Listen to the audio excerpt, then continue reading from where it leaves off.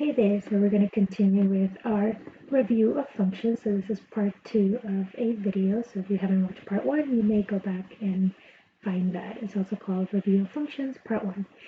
Alright, so we're going to continue with this. So we've already explored this function f of x equals 2x minus 3. We know that it's a line, so I have the graph over here.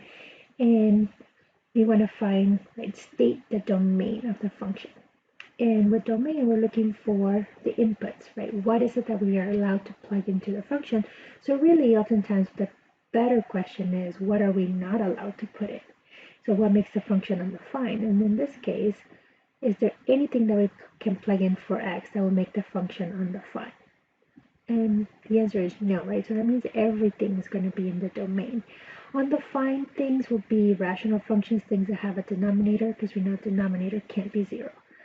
A square root or any even root, because we can't take the square root or the even root of a negative number.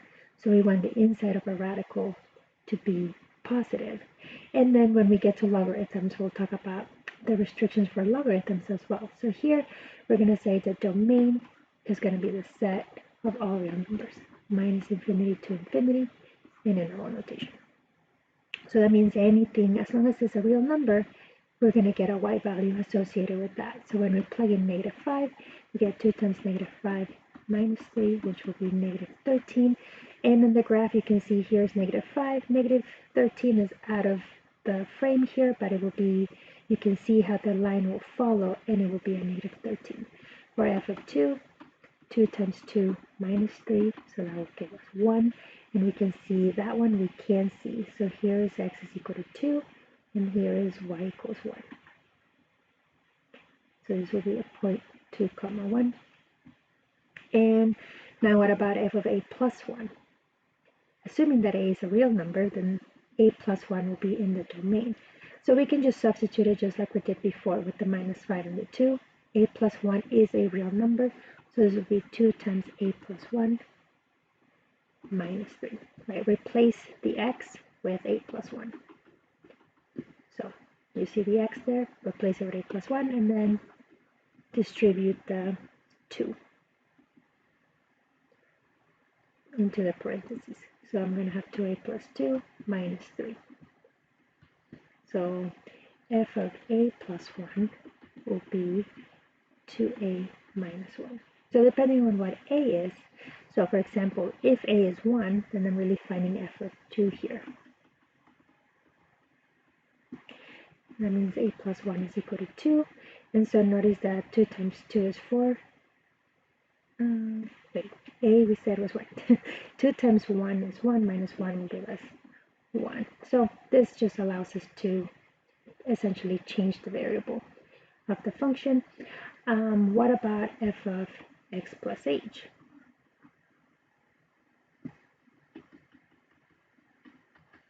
So just as we did with f of a plus 1, we replace every x in the function with what's in the parentheses.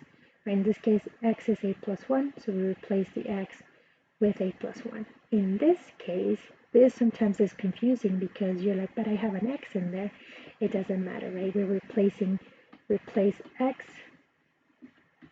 with x plus h. So you're replacing the entire x with the quantity x plus h. So that means that f of x plus h will be 2 times x minus 3, but x is x plus h.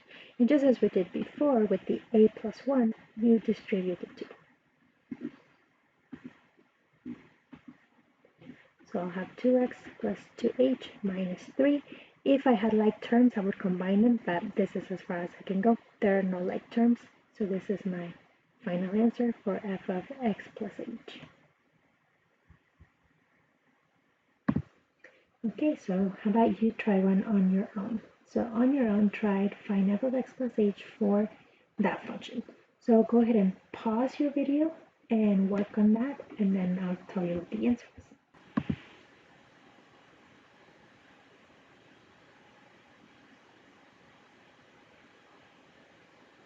Alright, did you pause it? Did you work it out? Let's see. So this is what you should have gotten.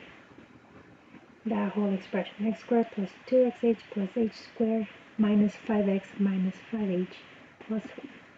And right, so you replace x plus h for every x.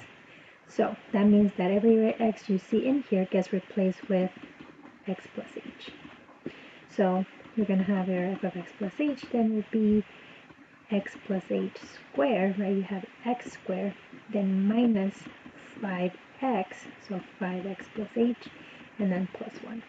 So once you multiply this out, you will get this, and once you distribute the minus 5 in, you will get that. There are no like terms here, so there's nothing to combine. If we had like terms, we would want to simplify as much as we can. Alright, so this brings us to simplifying the difference quotient. So let's try an example of that. The difference quotient is something that we'll be using in calculus quite a bit, and so you may have remembered from your algebra classes or pre-calculus, so the difference quotient is f of x plus h minus f of x over h. There is another version, we'll study that as we get to chapter 3. And so we're going to use the difference quotient, simplify the difference quotient for this function. So what does it mean to simplify?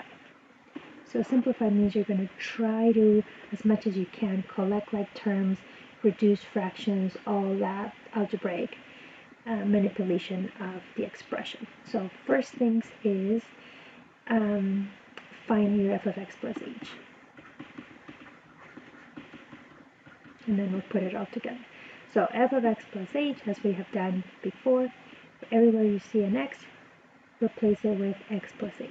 So f of x plus h in this particular function is going to be 3 minus, everywhere I see an x, I replace it with x plus h and simplify that. So notice that I have a minus and then a quantity, so I'm going to keep my parentheses and multiply this up. So x plus h squared, what does that mean? X plus h squared is x plus h times itself. And then you use your FOIL method to multiply that out. So I'm going to have x squared plus 2xh plus h squared. And now we're going to take this negative and distribute it to everything. And so I end up with 3 minus x squared minus 2xh minus h squared. So that is my f of x plus h. And then we're trying to build this expression. So I need f of x plus h minus f of x. So what does that look like? So find your f of x plus h minus f of x. So this is going to look like, well, I already have my f of x plus h is here. So we're going to put that in for f of x plus h. So 3 minus x squared minus 2xh minus h squared, and then minus, this minus, f of x. What is f of x? Well, f of x is the original function, 3 minus x squared. So we're going to put that in here. Notice that I have two terms, so I'm going to make use of parentheses, 3 minus x squared. Mainly because if you're like me, I need those parentheses to remind me to distribute the negative. If you are very good at recognizing you have a negative and you need to distribute it, you may do that as you go.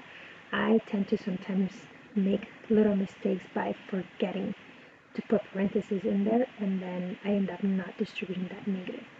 And then we're ready to, well, simplify this part. I was going to say we're ready to add in this h on the bottom, but let's simplify this, meaning we want to combine like terms, if there are any.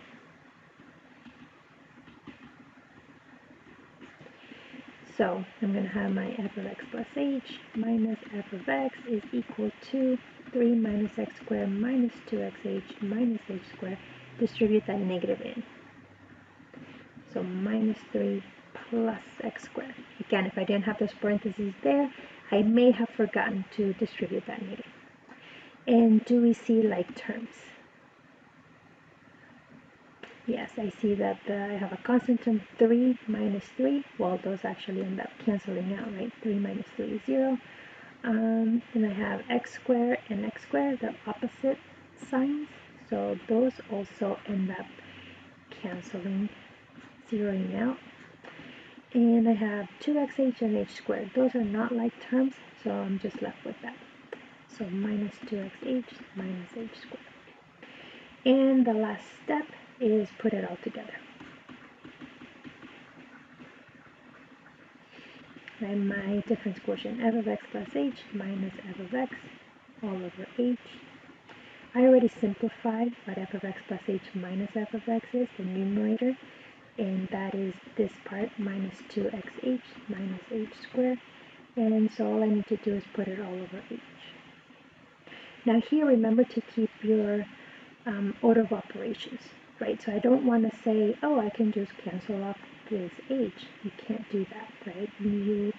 The numerator here, you have to perform order of operations, so you have to completely simplify this before you can reduce it with anything on the bottom.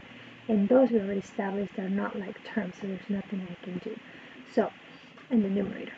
So the way that I do simplify this is factor out the h in the numerator. That one has an h, the first term, and the second term has an h squared, so I can take out an h, and I'm left with minus 2x minus h all over h. Now I have multiplication here, right? H times that.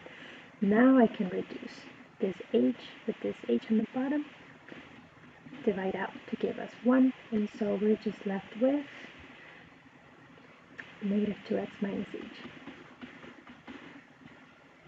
So for f of x equals, what was our function? 3 minus x squared. The difference quotient, f of x plus h minus f of x over h, simplifies out to minus 2x minus h.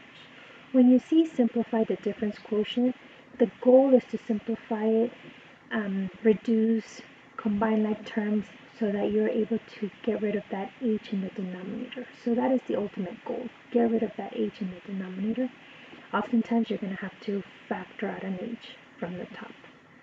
Most of the time you should have an h on all the terms in the numerator, so you can factor out the h out and reduce that way.